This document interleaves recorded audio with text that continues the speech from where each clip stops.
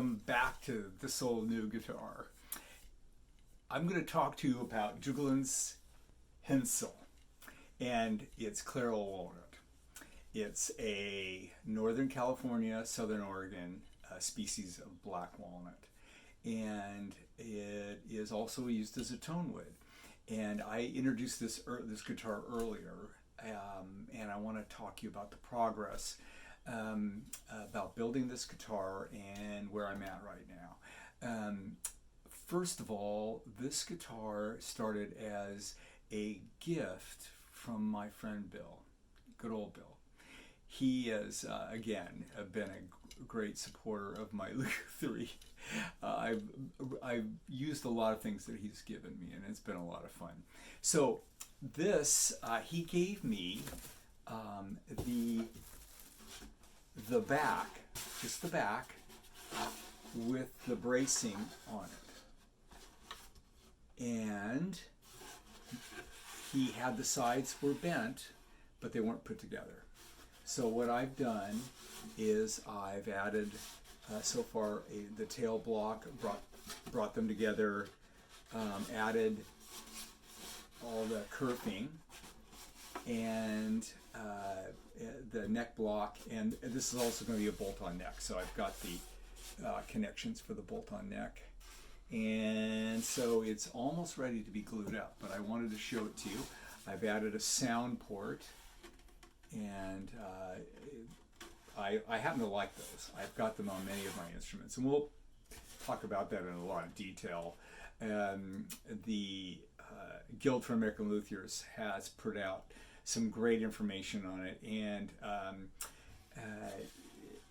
it's not for everybody, but I like it. I believe you can hear your instrument, the sound, when you're playing, the sound hits you in your ear, and I think you get to share a great sound. Plus I do believe with the sound hole on the top and the sound port here, you get, I think it's been described as like a chorus effect, you know, where there's two speakers that are quite just a little off, but actually it's a really attractive and almost like a little bit of a tremolo. So anyway, we'll just see how this sounds, and you'll be able to hear it once I get it all going. So anyway, so what I wanted to do with this guitar, and I love this wood, is beautiful. And part of Luthery, we get sucked in because we love the beautiful figure in the wood. This is curly and swirly, and I mean, it's not got a lot of finish on it yet, but it's going to be spectacular with finish. So, but going back to how I'm looking at this guitar, and a lot of people have not built it this way, but this is a guitar, since it was given to me in parts, and I had already a lot of the other parts, that it's going to be a guitar I'm going to build with everything that I have on hand. I'm not buying anything except tuners. I even have a pickup. I'm debating whether to put that in. I play at church with my mandolin, and it's got a pickup, but I don't play guitar just for my own enjoyment anymore. I don't try to play at worship or anything. My hands, that's the problem when you're a 70-year-old ex-carpenter. Your hands don't work like they used to, and you know, that's kind of, I guess you just got to get used to it. But I still love to play on my own. I love the sound of, obviously, you love the sound of string instruments too, don't you? I'm sure you do. Anyway, so I'm building everything that I have on hand.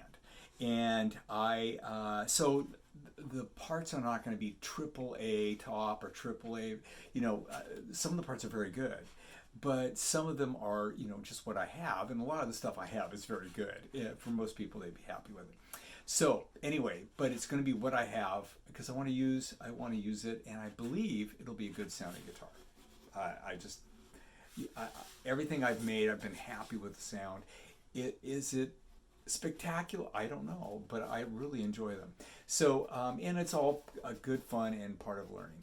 So anyway, so this is the Claro walnut guitar, and I'm doing a couple of things, you know, along with doing everything that I have on hand, or that I've received from Bill, or, you know, what on and on.